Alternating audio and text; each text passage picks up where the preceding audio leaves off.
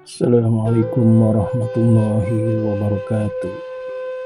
Sobat-sobat Ebitri semuanya, selamat datang di channel baru kami.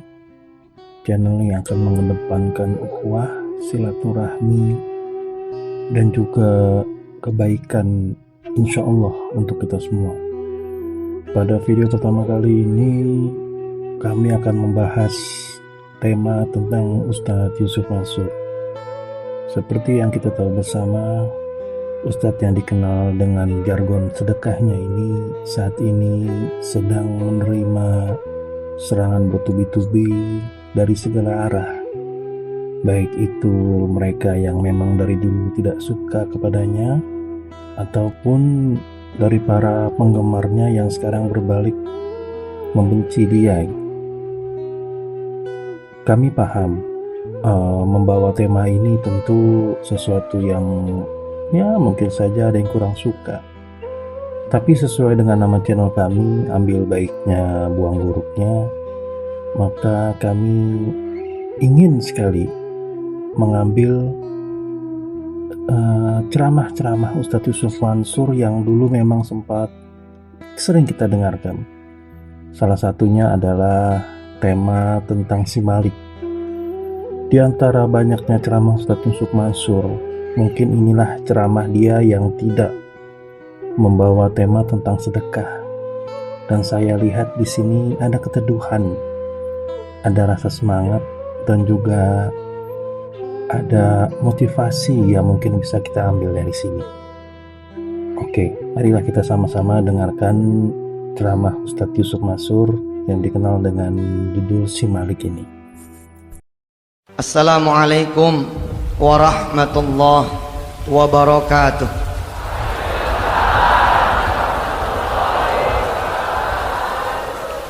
Allahumma salli wa sallim wa barik ala sayyidina Muhammad wa alihi walhamdulillahi rabbil alamin. Pak, kalau Bapak sakit, kemana Bapak melangkah? Ke dokter, berobat ya. Sampai dokter, tuh dokter kagak taunya malah nanya sama kita. Apa pertanyaan tuh dokter? Sakitnya? Berarti kita datang sama yang kagak tahu tuh. Ya. Buktinya dia masih nanya sama kita. Terus kalau kita punya motor, mobil rusak, kemana kemudian kita datang? Bengkel. Sampai bengkel, tuh bengkel juga malah nanya sama kita. Apa pertanyaan tuh bengkel? Apanya yang rusak? Setelah kita cerita, baru dia bekerja. Terus pertanyaan ketiga, kalau kita lapar, apa yang kita cari? Makanan. Kalau kita haus, minuman. Berarti terakhir pertanyaan kelima, kalau kita punya motor bannya kempes, gitu, kempes, kemana kita datang? Ke tukang tambal ban. Begitu kenalnya kita dengan tukang tambal ban, begitu kita punya masalah yang ada kaitannya dengan dia, langsung connect ke dia. Apa tuh artinya buat kita? Ini pertanyaan tauhid tuh tadi. Berarti kalau kita punya masalah, kita punya keinginan, kita kagak datang sama Allah, kita tidak menghadap kepada Allah, itu tandanya kita tidak mengenal Allah sebaik kita mengenal dokter ketika kita sakit. Kita tidak mengenal Allah sebaik kita mengenal bengkel untuk motor mobil kita yang rusak. Kita tidak mengenal Allah sebaik kita mengenal makanan ketika kita lapar, minuman ketika kita haus, dan bahkan konyolnya, kita tidak mengenal Allah sebaik kita mengenal tukang tambal ban buat ban kita yang kempes. Padahal kalau kita datang kepada Allah, Allah kagak perlu nanya sama kita. Kenapa? Karena dia sudah maha tahu. Kenapa dokter masih perlu bertanya? Kenapa bengkel masih perlu bertanya? Karena mereka menganggap kita yang punya badan, mereka menganggap kita yang punya motor, sehingga kita yang lebih tahu tentang penyakit badan kita, tentang penyakit kendaraan kita. Tapi Allah mah nggak perlu nanya, karena dia sudah maha tahu. Siapa yang sedang punya kesulitan? Siapa yang sedang punya masalah? Yuk kita belajar. Kita belajar dari kisah seorang sahabat, seorang kawan yang namanya Malik. Kita belajar dari dia, betapa dia berusaha menyelesaikan dia punya masalah. 3 tahun lamanya dia berusaha menyelesaikan dia punya masalah, nggak kelar-kelar. Tapi begitu dia datang kepada Allah, subhanallah, kun fayakunnya Allah berlaku. Innama amruhu idza arada syai'an ay yaqula lahu kun fayakun. Kalau Allah sudah berkehendak, maka kehendaklah yang akan terjadi. Kalau Allah sudah bilang kun fayakun. Ada seorang kawan, sebut saja begitu, namanya Malik. Ini Malik sudah 3 tahun dia punya masalah yang enggak selesai-selesai. Apa masalahnya? 1, dia punya masalah utang. 2, dia punya masalah dengan istrinya. Yang 3, dia punya masalah dengan anaknya. Di tahun ketiga dia bermasalah. Dia memutuskan untuk bunuh diri. Jadi ketika dia udah nggak ketemu jalan penyelesaian masalahnya nih, subhanallah, dia kemudian memutuskan untuk bunuh diri. Dia bilang sama Allah, udah dah, ini penghabisan dah, habis udah nggak ada lagi jalan gitu. Sebagian bertanya, emang apa sih masalah yang sudah membuat Malik tuh kok mau bunuh diri? Tadi tuh 3 masalah tadi. Sebenarnya sederhana, tapi kalau kita tidak tahu kemana kita nyari pertolongan, kalau kita tidak tahu kemana kita nyandarin diri kita, emang begitu nasibnya. Masalah kecil bisa menjadi bahaya. Jadi rupanya di tahun ketiga, ketika si Malik punya masalah, semuanya memuncak. Di tahun ketiga, di hari Minggu, ada rentenir datang ke dia punya rumah. Tuh rentenir ngomong begini sama si Malik, Lik, kalau lo nggak bisa nyiapin duit 15 juta besok Senin jam 10, pilihannya cuma 2. 1, lo kosongin rumah ini, atau yang kedua, gue yang ngosongin di rumah. Sebenarnya nih ya bukan juga masalah enteng sih, tapi kalau urusan lagi pada terang mah 15 juta barangkali masih bisa nyari kanan kiri. Tapi Malik udah gelap gitu. Dia cari pinjaman kanan mentok, kiri mentok, depan mentok, belakang mentok, putus asa. Kedatangan tamu yang pertama sudah membuat Malik itu bongkok gitu, agak nunduk gitu. Habis si rentenir datang, kemudian datang tamu yang kedua. Lah tamu yang kedua ini siapa? Tamu yang kedua ini istrinya. Rupanya istrinya sudah 2 tahun pisah ranjang, ibu. 2 tahun pisah rumah. Si istri datang. Apa kata si istri? Bang, kalau sampai besok abang belum juga tanda tangan surat cerai saya, kayaknya besok bakalan ada yang datang ngejemput abang dah. Mau dipaksa nih, begitu. Jadi besok jam 12 saya tunggu dah di pengadilan agama, begitu. Jadi kata tuh bini, jam 12 besok ditunggu di pengadilan agama. Kira-kira ini untuk tanda tangan surat cerai terakhir. Makin bongkok tuh, makin doyong tuh Malik, makin begini tuh. Kenapa emang bininya kok nuntut cerai? Oh, rupanya Malik sudah selingkuh, ibu. Jadi waktu dulu Malik jaya, waktu Malik banyak duitnya, Malik punya hobi 2, judi sama minum. Ketika dia bermasalah, ketika usahanya bangkrut, kerjaannya ancur-ancuran, tuh hobi berubah jadi pelarian.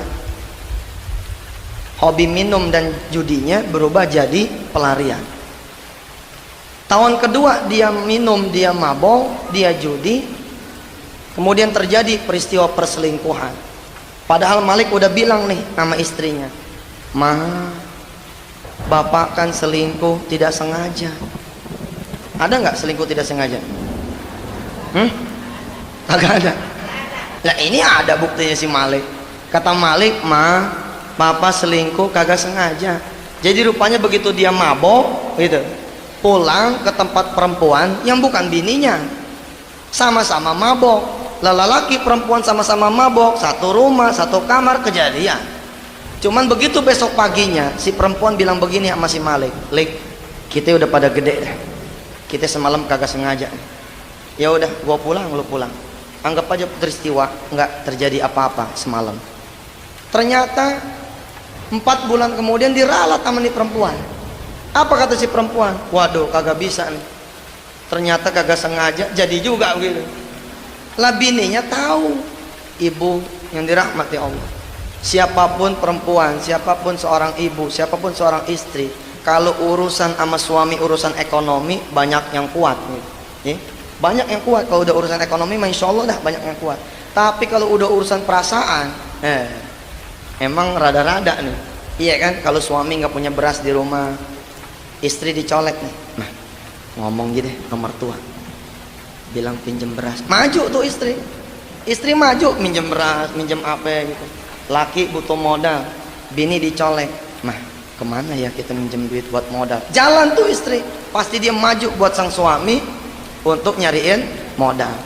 Di depan ada yang ngetok pintu, si suami tahu yang ngetok yang nagih utang. Tuh bini dicolek, bilangin gih bapak nggak ada. Masih mau tuh bini bilang berbohong buat si suami. Tapi kalau udah urusan perasaan, kagak dah. Jadi begitu ketahuan, apa kata bininya? Langsung ceraiin saya aja deh bang. Siang itu dia datang tuh hari Minggu, dia ngomong, bang besok jam 12 saya tunggu di pengadilan agama. Udah. Ba'da asarnya, anaknya Malik yang kecil yang datang, pulang dari main bola. Ini Malik punya 2 anak ibu. Malik punya 2 anak pak. Yang pertama namanya Rifki bin Malik, ikut sama dia. Yang kedua yang kecil. Nah yang kecil ini ikut istrinya. Nah yang pertama nih pulang main bola nih ba'da asar. Apa kata nih anak? Pak, besok saya udah nggak bisa sekolah. Kenapa? Ya bapak lupa bayaran. Udah hampir 7 bulan nih belum bayaran. Seorang ayah kalau nggak bisa ngasih jajan anak, seorang bapak kalau udah nggak bisa bayarin anak, nyesek tuh. Betul Ji? Kita nih anak lain pada jajan, anak kita datang ke kita, minta duit, kita lagi nggak ada, hati nggak keruan. Itulah hati seorang ayah. Begitu juga Malik, begitu ngedenger nih anak nggak bisa sekolah besok, langsung tuh sesek deh. Sehingga ba'da isya, malamnya tuh malam Senin, dia memutuskan say goodbye dah sama dunia, dia mau bunuh diri. Tapi subhanallah, rupanya nih Malik masih agak bener nih. Iya, masih ingat sholat gitu. Jadi begitu dia mau bunuh diri, ingat dia belum sholat. Apa dia bilang? Iya, udah lama gue nggak sholat gitu. Terakhir dah, sebelum bunuh diri nih, gitu. Mau sholat dulu gitu. Secara tidak sengaja nanti lewat kisah ini, ternyata Malik melakukan 6 hal. Malik melakukan 6 langkah yang diperintahkan sama Rasulullah ketika kita memang bermasalah. Kalau 6 langkah ini kita jalanin secara sempurna, insya Allah nggak ada masalah yang nggak selesai. Yang pertama kata Rasulullah, kalau hati sedang gundah gulana, sedang gelisah, sedang dirundung masalah, falyatawadda, berwudulah kalian kata Rasulullah. Nah namanya orang mau sholat kan wudu. Jadi begitu mau gantung bunuh diri, si Malik ingat, iya gue sholat isya dulu dah. Dia wudu nih ibu. Begitu wudu kan yang dibasuh muka, kenapa yang adem hati gitu. Nih lihat, kita sering salah nih jadi manusia. Mestinya kan Allah, ikhtiar Allah, ya toh? Doa, ikhtiar doa, sabar, ikhtiar sabar, tawakal, ikhtiar tawakal. Pokoknya Allah, ikhtiar Allah. Kita kan kagak ikhtiar, langsung ikhtiar. Begitu mentok baru ke Allah. Salah nggak kalau kita mentok baru ke Allah? Ya nggak salah, benar, daripada nyemplung. Tapi kemana aja? Begitu mentok baru nyari Allah. Coba kalau nyari Allah dari pertama, insya Allah nggak bakalan mentok. Kira-kira begitu. Nah Malik wudu, Begitu wudu hatinya adem. Apa kata si Malik? Ya salam, ya Allah, ini saya belum pernah dapat ketenangan kayak begini. Alhamdulillah, kok sekarang rasanya adem, tenang. Nah kemudian habis falyatawaddo kata Rasulullah, wal yusalli raka'ataini. Nah, sebenarnya dalam konteks itu sholat hajat tuh, sholatlah 2 rakaat gitu. Amali sholat isya, sama aja prinsipnya gitu. Jadi habis wudhu sholat, Malik sholat tuh. Habis sholat nengok kanan kiri beri salam, ada Quran. Iseng dia pikir terakhir juga dah ngaji gitu. Sholatnya udah, ngaji dah. Dia buka tuh Quran. Begitu dia buka Quran, rupanya Allah sedang berkehendak sama dia. Allah sedang kepengen berkomunikasi sama yang namanya nih Malik. Begitu dibuka ayatnya, surah Ali Imran ayat 26-27. Qulillahumma malikal mulk tu'til mulka man tasha wa tanzi'ul mulka mimman tasha wa tu'izzu man tasha wa tudhillu man tasha biyadikal khair innaka ala kulli syai'in qadir. Hitam kata Allah, hitam yang terjadi. Putih kata Allah, putih yang terjadi. Seolah-olah Allah bilang lewat ayatnya nih, kata siapa rumah lu bakalan disita? Kalau aku yang maha mengamanahkan rumah kepada orang-orang yang berumah, masih mengamanahkan rumah ini kepadamu, maka nih rumah tetap menjadi milikmu. Kata siapa? Lu punya bini bakalan cerai besok. Kalau aku yang maha mempersatukan 2 hati, masih tetap dalam satu keluarga yang sakinah mawaddah warahmah, maka itulah yang akan terjadi. Malik, qulillahumma malikal mulk. Masalah itu bukan kata orang, tapi kata diriku, kata Allah. Kalau aku bilang kalian bermasalah, maka itulah yang terjadi, kalian akan bermasalah. Kata siapa juga tuh anak nggak bakalan sekolah. Urusan sekolah bukan urusan duit, tapi urusan apakah aku mengizinkan anak-anak pada sekolah atau tidak. Biyadikal khair innaka ala kulli syai'in qadir. Bukan, kata Allah, bukan di tangan manusia semua keputusan, tapi di tanganku. Tapi Malik nggak percaya. Sebab apa? Dia pikir, ya Allah, waktu udah tinggal dikit lagi. Besok jam 10 saya kudu ada duit 15 juta. Dari mana jalannya? Sedangkan kaki udah keikat kayaknya di dalam kamar, nggak bisa keluar, udah malu dia. Terus bini udah 2 tahun ditahan, ya kan? Bini udah 2 tahun ditahan, tidak dia ceraikan. Tapi besok kayaknya udah nggak mungkin dah. Seluruh keluarganya bakalan datang nyerbu begitu, nggak punya pilihan buat dia kecuali emang dia lepas tuh istrinya.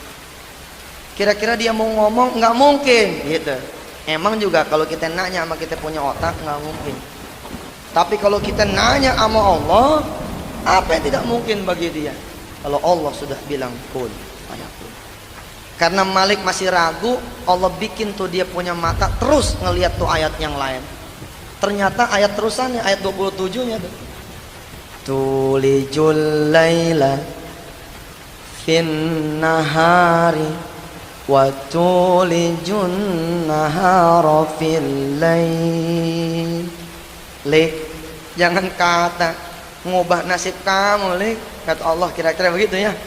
Tulijul laila fin nahari wa tulijun nahara fil lail. Malam bisa aku ubah jadi siang, siang bisa aku ubah jadi malam. Apalah lagi cuma urusan nasib manusia.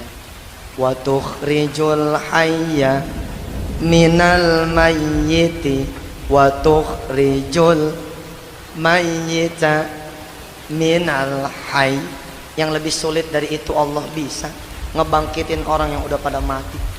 Wa tarzuqu man tasha'u bighairi hisab.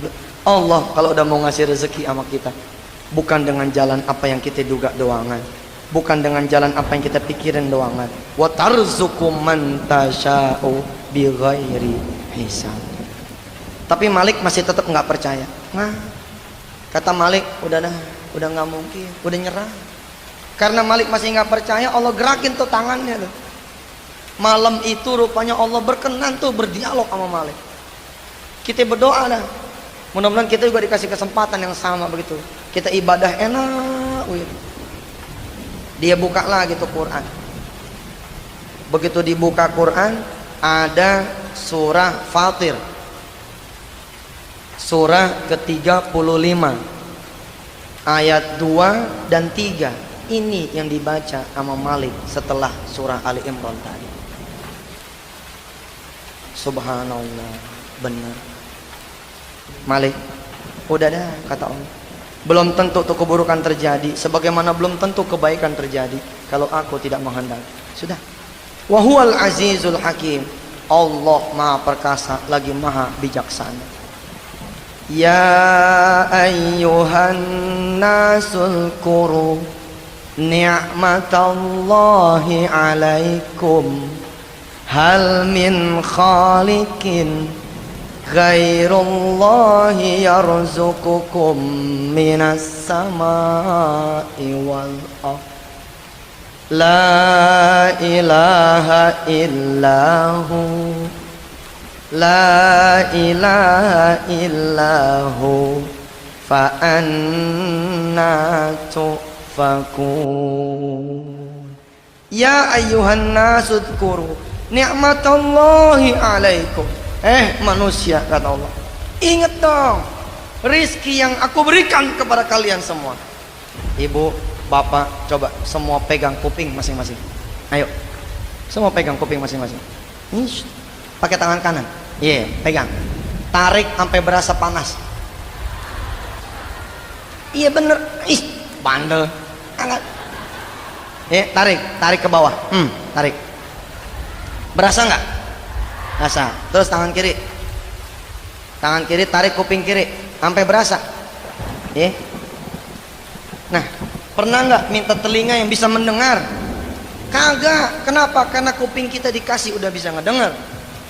Apa kata Allah tuh? Ya ayuhan nasu dzkuru ni'matallahi alaikum. Kalau terhadap yang kalian tidak minta, aku bisa memberi. Kenapa lagi terhadap yang kalian minta, aku tidak bisa memberi? Hal min khaliqin ghairullahi yarzuqukum minas samai wal ardh. Lagian emang ada, kata Allah, emangnya ada yang bisa ngasih rizki dari langit dan bumi kecuali aku, kata Allah. Allah ngejawab sendiri itu, la ilaha, nggak ada kecuali Allah. Fa anna tufakun. Ayo, kata Allah, balik, irji ilayya, balik kepadaku, kata Allah. Mohonlah apa yang kalian butuhkan, mohonlah apa yang kalian perlukan, mohonlah apa yang kalian rasakan. Kalian itu punya masalah. Malik kemudian insaf, dia tutup. Tadi ada Asmaul Husna di ayat 2-nya, Wahuwal Azizul Hakim. Nama Malik ditutup nih Quran. Iya dah, kalau emang semua kehendak Allah, kalau emang semua urusan di tangan Allah, baik, saya nggak jadi dah bunuh diri. Dia tutup nih Quran. Begitu dia tutup nih Quran, dia bangun dulu. Dia bangun ngapain? Dia bangun rupanya keluar dari dia punya kamar. Keluar dari dia punya kamar, dia jalan ngelewatin ruang tamu. Sampailah ke pintu rumah utama, ke pintu depan. Begitu sampai pintu depan tuh pintu dikunci sama dia. Dia serelekin gitu. Begitu dia kunci, dia matiin semua lampu kecuali 2 kamar yang dia tidak matiin. Kamar dia dengan kamar anaknya. Langkah pertama Malik sudah lakukan, yaitu berwudu. Kenapa kita penting berwudu? Kita mau datang sama Allah, kita datang sama camat, kita datang ke wali kota, kita datang ke gubernur aja kita kudu siap. Kita mau minta sama Allah, pintu pertama paling kagak gitu, wudu dah, supaya kita bersih. Yang kedua Malik lakukan, yaitu sholat. Dalam kasus Malik memang dia sholat isya. Nanti kita semua kalau punya masalah paling kagak begitu, sholat hajat. Lebih top lagi kalau kita bisa bangun malam, kita sholat malam. Yang ketiga yang dilakukan sama Malik adalah baca Quran tuh. Wal yaqra'il Qur'ana walau ayatan. Bacalah Quran walau seayat. Ternyata Malik baca, dan Quran inilah yang kemudian menyelamatkan dirinya. Nah, yang keempat nih yang bakalan Malik lakukan. Apa yang keempat? Berdoa. Kita kan ngakunya doang punya masalah, kita ngakunya doang punya keinginan, tapi siapa yang berdoa? Belum tentu tuh. Kita berdoa sambil lari, iya kan? Kalau kita ngelipat sejadah aja langsung baca Allah malantas jalan tuh. Begitu kita assalamualaikum, berdoanya langsung sambil ngelipat sejadah kan? Kita nggak pernah berdoa ya Allah sampai husuk gitu, belum pernah. Malik mau melakukan itu. Kenapa dia matiin semua lampu? Kenapa dia kunci itu dia punya rumah? Dia kepengen berduaan sama Allah Subhanahu wa ta'ala. Jadi dia balik lagi ke kamarnya, dia duduk, dia tawajuhkan dia punya wajah, dia tawajuhkan dia punya hati ke Allah. Dia pengen ngadep pada Allah. Ya Rabb, saya datang kepadamu dengan membawa saya punya masalah. Engkau yang maha mendengar, engkau yang maha melihat, engkau yang maha kuasa. Tolongin dah saya nih malam begitu, supaya besok rumah saya jangan disita, istri saya jangan cerai, anak saya jangan sampai dikeluarin begitu. Kemudian dia baca tuh Asmaul Husna-nya tadi tuh, Wahwal Azizul. Sambil dia ademin dia punya hati, dia baca, Ya Azizu Ya Hakim Ya Ghafuru Ya Rahim. Ya Azizu Ya Hakim Ya Ghafuru Ya Rahim. Ya Azizu Ya Hakim Ya Ghafuru Ya Rahim. Ya Aziz, wahai yang maha perkasa. Boleh jadi menurut saya punya akal mah gak bakalan bisa saya nahan nih rumah. Tapi kalau engkau yang maha perkasa bilang nih rumah tetap punya saya, pastilah rumah ini jadi milik saya. Ya Rabb, kayaknya mah nggak mungkin istri saya tahan supaya jangan minta cerai. Tapi kalau engkau yang maha berkehendak bilang tuh istri jadi tetap milik saya, insya Allah tuh istri masih di samping saya. Rabb, engkau yang maha perkasa bisa menyekolahkan anak-anak yang lain, kenapa anak saya kagak? Terus dia baca juga Ya Hakim, wahai yang maha bijaksana. Boleh jadi saya susah lantaran diri saya yang bikin saya jadi susah. Boleh jadi saya sulit lantaran saya punya dosa dan keburukan, tapi engkau Ya Hakim, engkau yang maha bijaksana. Rabb, ampunin saya punya dosa. Ya Ghafuru Ya Rahim. Udah tuh. Sampai jam 1 kurang lebih nih Malik baca. Yuk kita baca dulu bareng-bareng. Ya Azizu Ya Ghafuru Ya Rahim. Ya Azizu Ya Hakim Ya Ghafuru Ya Rahim. Ya Azizu Ya Hakim Ya Ghafuru Ya Rahim. Kita sebut namanya Allah. Insya Allah kalau kita sebut namanya Allah, Allah ingat sama kita. Malik nyebut nih sampai jam 1. Permintaan dia rumah jangan disita. Kedua istri jangan. Yang ketiga anak jangan dikeluarin. Begitu jam 1 mata dia pedes. Begitu dia pedes dia wudhu lagi. Begitu dia wudhu dia baca Quran lagi. Begitu baca Quran, kali ini yang dia baca ayat tentang pasrah. Kali ini yang dia baca ayat tentang pasrah. Kalau sudah berdoa, falyatawakkal 'alallah, maka berserah dirilah kepada Allah. Emang apa yang Malik baca? Yang Malik baca surah At-Thalaq ayat 2, ayat 3, ujung ayat kedua.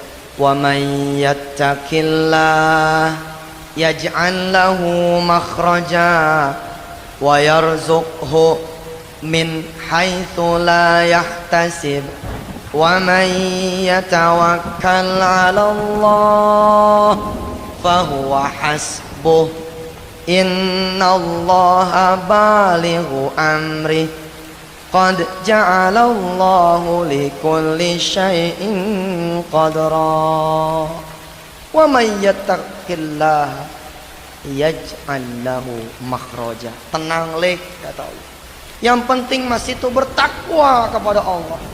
Pelihara diri sesudah berdoa ini. Insya Allah yaj'al lahu makhraja. Allah akan ngasih jalan keluar. Wa yarzuqhu min haitsu la yahtasib. Allah bakal kasih rezeki dari jalan yang tidak pernah dia duga.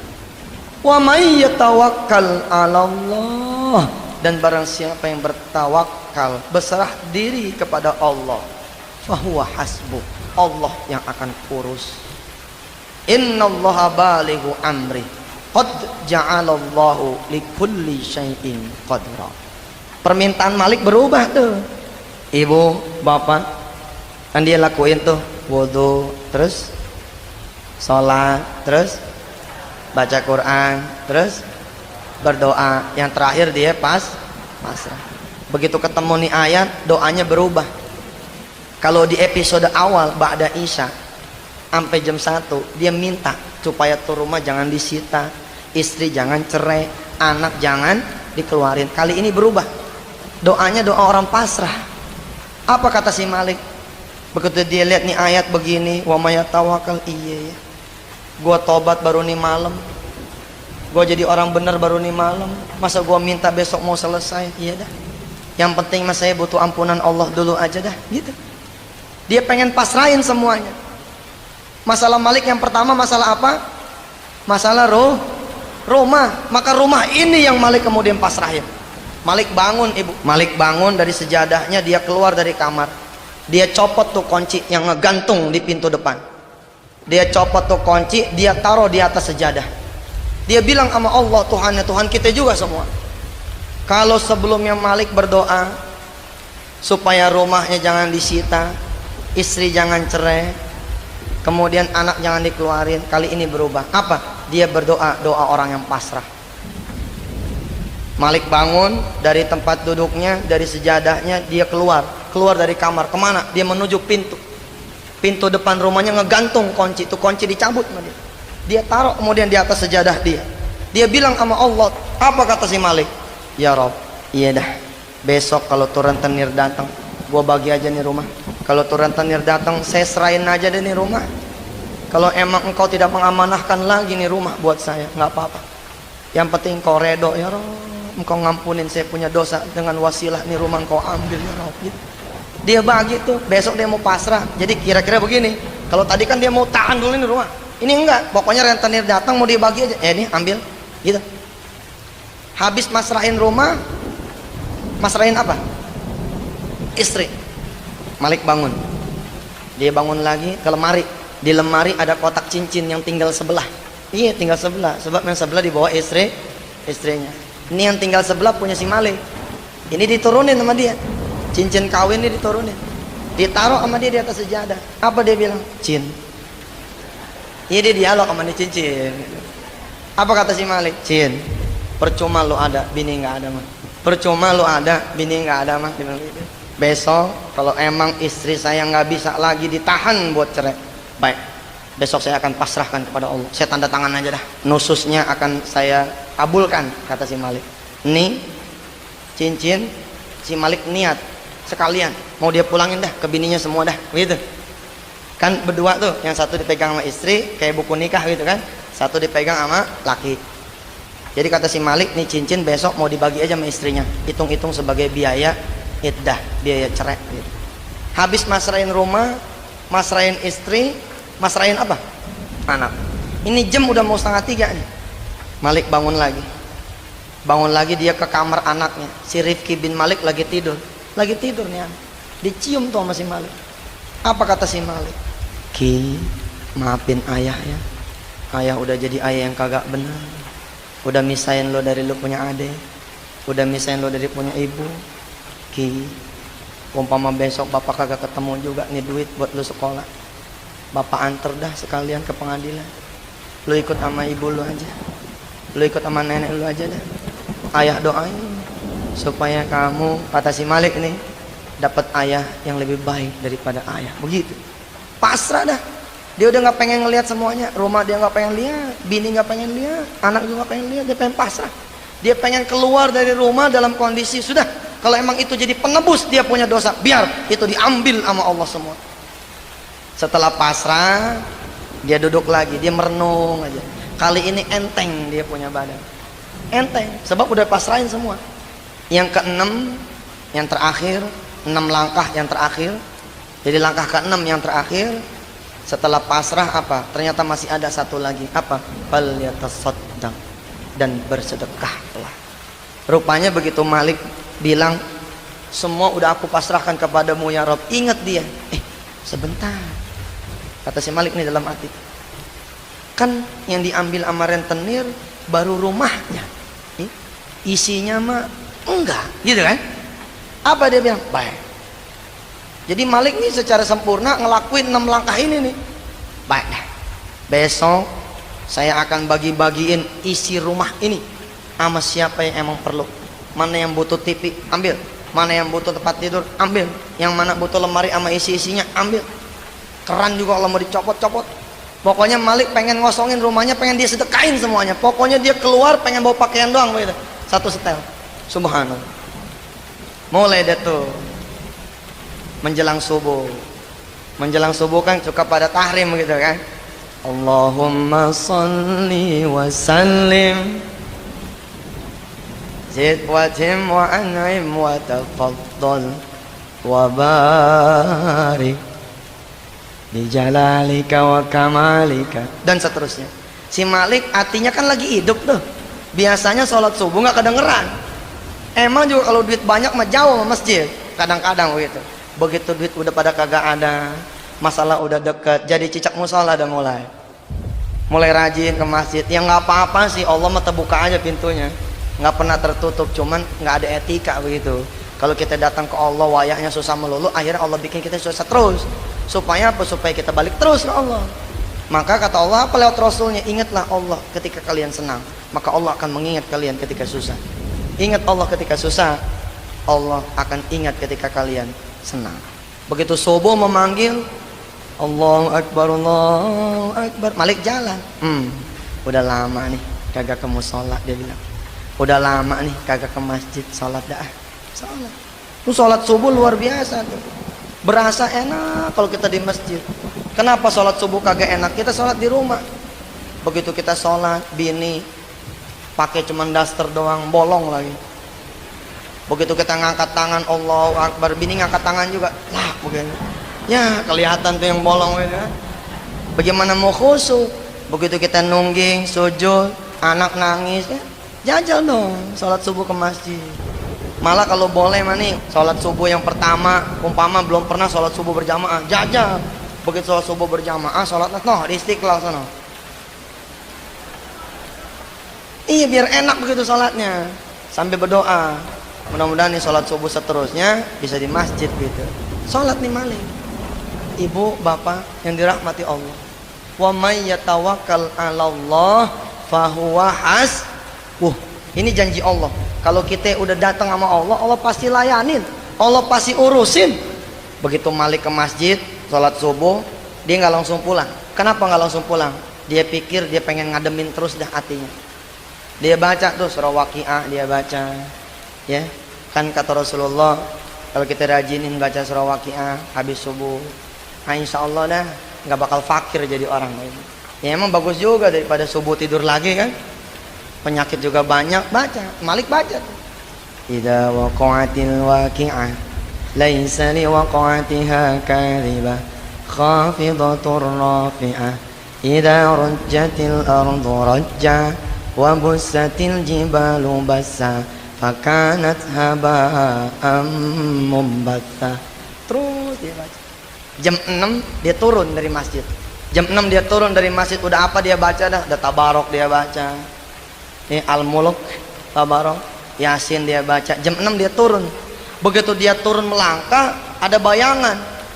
Ada bayangan di depan rumah dia ada orang nungguin. Itu jantung copot tuh. Jantung kan di sini nih. Itu turun ke pusar tuh.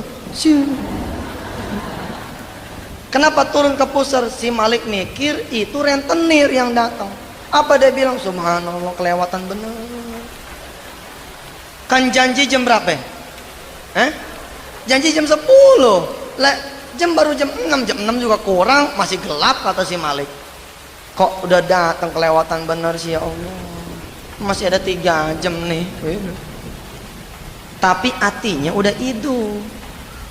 Kalau hati nggak hidup takut, tapi kalau hati hidup berani. Apa kata hatinya Malik? Memerintahkan si Malik punya kaki, memerintahkan si Malik punya badan, maju. Apa bedanya jam 10 sama jam 6 begitu? Kalau emang Allah bakalan ngambil, apa bedanya? Lu maju dah, maju. Bismillah dah. Iya bener. Lebih cepat lebih baik dah. Lebih cepat lebih baik. Ingat nggak ayat yang tadi dibaca di awal oleh si Malik? Tulijul laila. Ayo baca. Fin nahari. Terus? Fil lail wa tukhrijul hayya minal mayyiti wa tukhrijul mayyita minal hayy wa tarzuqu man tasya'u bighairi hisab. Rupanya nih Malik ternyata dapat rezeki yang nggak diduga. Begitu dia ketemu sama nih tamu, ternyata nih tamu bukan rentenir, melainkan teman lamanya. Begitu dia lihat ternyata yang datang teman lamanya, tuh jantung yang udah dipuser naik lagi ke atas. Naik lagi ke atas, set, naik lagi. Apa kata si Malik sambil melok nih tamu? Ya Allah, gue pikir siapa lo? Itu. Ayo dah, masuk, masuk. Gitu masuk ke dalam, ditawarin sama si Malik. Mau minum apaan nih? Mau teh manis, mau bandrek, mau kopi, tapi air putih aja ya. Bini gue lagi nggak ada, kata si Malik gitu. Ditanya sama tamu, kemana bini lo? Lagi main tuh ke rumah mertua gitu. Lagi main ke rumah ibunya. Dia nggak bilang bahwa dia lagi proses cerai. Nah itu kan aib, nggak boleh kita cerita sama orang lain gitu. Udah, si tamu mesen teh manis. Kata si tamu, sekalian deh ya Indominya gitu. Ya namanya request dari tamu, ya sebagai tuan rumah kan kudu ngelayanin tamu. Dia ke dapur, dia seduh tuh teh. Terus sambil nangis tuh Ji, nyeduh teh dia. Nyeduh Indomie sambil nangis. Apa dia bilang? Kalau ada bini mah nggak begini, ini judulnya. Makanya tuh Pak, tuh. Kalau bini lagi ada jangan disia-siain. Begitu tuh, mau ngerebus mie sendiri, nyeduh teh sendiri, bener. Sayang, termasuk yang sayang gitu sama istri saya, begitu katanya. Kalau pulang datang nggak ada istri saya, nyari saya, kemana nih mama? Iya, bener. Merasa kehilangan begitu. Istri saya apalagi, wah dia takut kehilangan model begini. Malik nyeduh teh manis sambil nangis. Apa dia bilang? Ya Allah, iya. Enggak, gua enggak lagi susah gitu. Dia ngehibur hatinya, enggak, gua enggak lagi susah. Buktinya gua masih bisa nyeduh teh nih. Buktinya gua masih bisa nyeduh mie nih. Enggak, gua enggak lagi susah. Sambil nangis tuh dia. Enggak, ya Allah, enggak, saya enggak lagi susah gitu. Pokoknya dia ademin. Emang yang lebih efektif menghibur kita. Kita yang menghibur diri kita itu efektif tuh. Terus dia bawa nih mie yang udah diseduh. Saya paling demen tuh nyeduh mie pakai cabai dicacak gitu ya. Enak gitu. Sampai huha gitu. Malik dia bawa nih mie yang udah direbus, Malik dia bawa teh yang udah diseduh, dia taruh ke nih tamu. Ngobrol nih berdua. Begitu ngobrol berdua, ibu bapak yang dirahmati Allah, mudah-mudahan kita semua emang masalah diangkat dah sama Allah kalau emang kita datang sama dia. Ngobrol nih Malik sama nih tamu. Kata si Malik, tumben lo pagi-pagi datang, ada apaan? Lik, begini, gua ada order nih. Lu kan jagoan naksir alat-alat berat. Oh, rupanya ibu bapak yang dirahmati Allah, Malik ini kerjaannya, bisnisnya merekondisi alat-alat berat. Namanya beli second, dia baruin, kan duitnya jadi banyak tuh. Rupanya ada orang-orang yang tidak tahan dengan dunia. Begitu dunia di tangan jadi lupa. Malik termasuk yang begitu. Tapi kan Malik masih tetap jagoan alat berat. Nah temannya datang ke dia bahwa di luar kota, di luar Jawa ada yang mau lelang alat berat, mau tidak salah di Riau. Jadi kata si tamu, Lik, lu ikut sama gue dah. Bantuin gue nge-appraisal tuh harga, naksir tuh harga. Karena Malik jago ngelihat besi tua aja dia udah tahu ini harganya berapa, nanti jadinya berapa. Apa kata si Malik? Enggak. Kok enggak? Nah, lagi males. Bener loh ibu, bapak. Kalau keluarga lagi ancur-ancuran, mang males ibu. Kita nih, para bapak, para ayah, mati-matian kita berusaha bekerja. Buat siapa coba? Buat bini, buat anak gitu kan. Istri juga begitu, mati-matian kerja gitu kan, jagain rumah, jagain anak, atau mungkin ada yang berkarir di luar. Buat siapa? Bukan buat orang lain kan, buat suami, buat anak, bukan buat orang tua. Tapi kalau keluarga udah nggak ada, apa ada semangatnya? Nggak ada. Maka tuh, ini juga nih menjadi pengajian keluarga sakinah nih. Hati-hati, lagi adem punya keluarga, jangan disia-siain. Kalau udah nggak ada, kita yang nyesel. La in syakartum la azidannakum, wa la in kafartum inna adzabi lasyadid. Apa kata si Malik? Kagak, gua nggak mau pergi dah, lagi nggak pengen bisnis. Aduh Li, bantuin gua dong, ini sayang nih kalau lewat, nanti gua jadi rugi banyak kalau lu nggak ikut gitu. Si Malik karena nggak mau, iseng mulutnya. Apa kata si Malik? Gini, kalau emang situ mau saya pergi, siapin dah duit pagi ini 50 juta cash di meja gua gitu. Kirain si Malik temennya nih nggak bakalan ngiyain. Di mana ada orang kerja duitnya duluan, di mana juga belakangan duit. Tapi di luar dugaan Malik, emang watarzuqu man tasya'u bighairi hisab. Apa kata si tamu? Lik, begini, kalau 50 juta mah kagak ada, tapi kalau 25 juta mah insya Allah pagi ini cash bakal saya siapin. Kesedek tuh si Malik. Dia juga lagi makan mie, lagi ngetek, kesedek gitu. Sebentar, kata si Malik. Coba yang tadi diulang. Iya dong, kan dia butuh duit berapa? Dia butuh duit berapa? 15 juta. Nah, lah pagi-pagi ada yang datang nawarin duit 25 juta. Apa kagak kesedek tuh? Yang tadi Mas tolong diulang. Lik, kalau gocap mah nggak ada diulang. Tapi kalau jigo, yuk. Kalau nanti nih ATM buka, kita ambil deh tuh duit tunai. 25 juta insya Allah dah ada pagi ini. Apa kata si Malik? Jadi dah berangkat. Lihat, masalah pertama selesai, coret. Masalah rumah beres. Kenapa? Malik dapat duit 25 juta, rumah mah 15 juta. Tinggal berapa masalah lagi? Tinggal 2. Nih kehebatan Allah. Allahu Akbar. Allah yang maha besar. Kalau Allah udah kepengen selesai masalah kita, nggak pakai satu-satu, nggak pakai diurai satu-satu kayak benang, nggak. Allah geprak aja langsung. Bener tuh, selesai satu malam. Begitu. Kun fayakun Allah terjadi sama Malik di pagi itu. Wasilah apa? Sabab malamnya. Kemudian dia datang kepada Allah dengan sempurna. Tinggal 2 masalah. Otak kita ini nggak kebedah. Oke lah ya, kalau masalah rumah selesai lah ya. Tapi kalau masalah bini, bagaimana cara nyelesainnya? Ternyata ilmu kita bukan ilmu Allah. Kalau ilmu Allah mah tidak terbatas. Subhanaka la ilma lana illa ma'allamtana innaka antal alimul hakim. Rupanya Allah juga selesaikan masalah bininya. Ingat cerita di awal tadi, Malik punya anak berapa? 2. Anak yang pertama ikut sama si Malik tuh yang mau dikeluarin. Anak yang kedua ikut sama bininya. Anak yang kedua ikut sama bininya. Lah anak yang kedua ini, ketika si Malik ngadep sama Allah, Allah bikin dia nangis sepanjang malam. Nangis, nggak berhenti nangis, sehingga mertuanya Malik alias ibunya nih si istri ngomong begini, barangkali anak lo nih kangen kali sama bapaknya, barangkali anak lo nih kangen sama kakaknya. Ya coba kita besokan katanya terakhir mau cerai lo pada, temuin dulu Gi. Yang penting nih anak jangan sampai sakit. Subhanallah, ternyata ini jadi jalan kelak yang bisa menyatukan kembali rumah tangga si Malik dan istrinya. Cara yang tidak pernah diduga oleh Malik dan juga oleh istrinya, bahkan oleh kita semua. Bininya bilang sama mertuanya si Malik, boleh, tapi nanti bagaimana? Kan saya udah bilang saya tungguin di pengadilan, ntar malu dong gitu. Udah bilang aja sama Malik bahwa situ datang bukan buat Malik, buat anak. Jadi bininya datang ke rumah Malik dengan ngancem, bang, gua datang bukan buat lo nih, gua datang buat anak kita, dia kangen sama abangnya nih, gitu. Abis ini tetap ayat tungguin di pengadilan gitu. Datang nih bini pagi-pagi. Jadi si Malik jalan ke ATM, kemudian si istri jalan ke rumah. Begitu nyampe amprokan, duluan nyampe si Malik, duduk, tamunya duduk, nggak lama bininya ngasih salam, assalamualaikum. Bininya udah ngancam, awas nih, Pokoknya gue mau bilang ini bukan buat situ, ini buat anak kita gitu.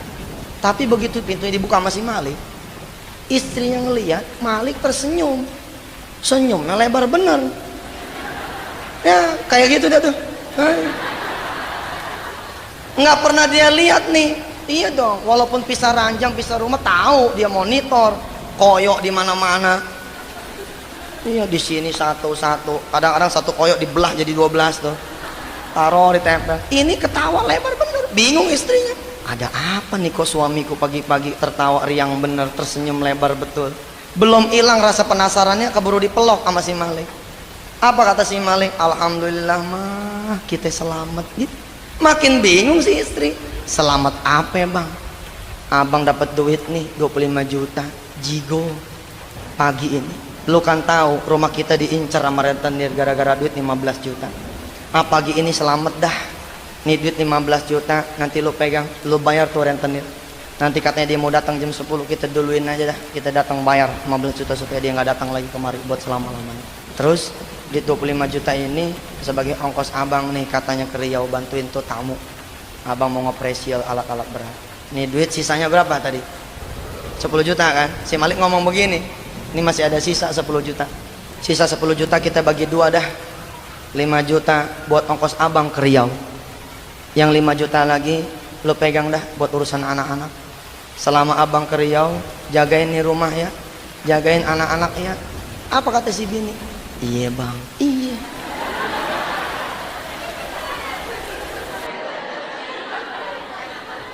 Dia lupa tuh. Dapat duit gotiau lupa.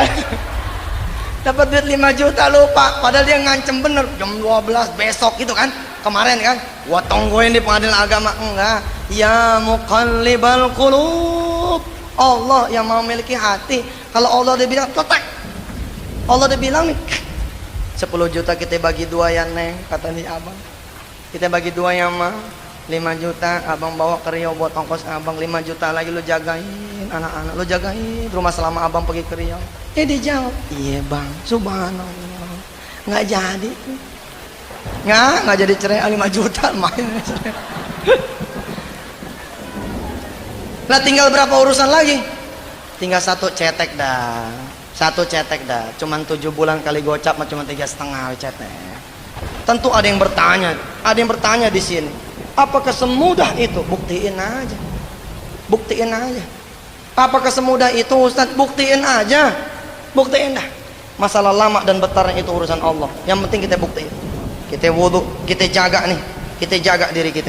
Wudu juga dua tuh. Jaga dari yang najis betulan, sama jaga namanya kita punya wudu masih kita nyenggol perempuan yang bukan muhrim. Yang namanya kita punya wudu masa ibu mau ditenggor sama lelaki yang bukan muhrim, kira-kira begitu. Namanya kita punya wajah dalam basuhan wudu masa iya kita mau ngomongin orang, kira-kira begitu.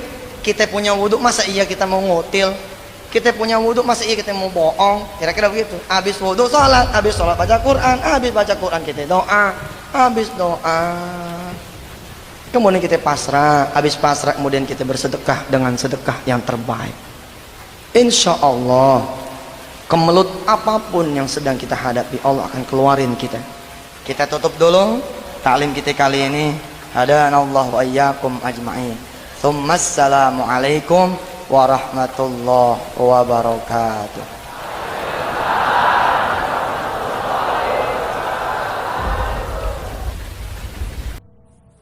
Demikianlah ceramah dari Ustadz Yusuf Mansur.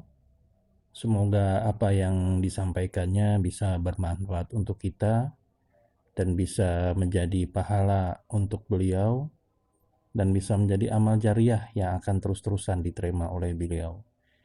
Apapun masalah yang dihadapinya, semoga beliau bisa menyelesaikannya. Semoga apa yang dia alami sekarang bisa menjadi pelajaran untuk kita semua. Ingat saudara-saudara, manusia tidak ada yang sempurna. Kalau memang kita bisa ambil baiknya dan buang buruknya, mungkin itu yang bisa kita lakukan dibanding kita menghujat sesama saudara kita. Semoga channel ini bermanfaat dan bisa menjadi sesuatu kebaikan untuk kita semua. Wabillahi taufiq wal hidayah. Wassalamualaikum warahmatullahi wabarakatuh.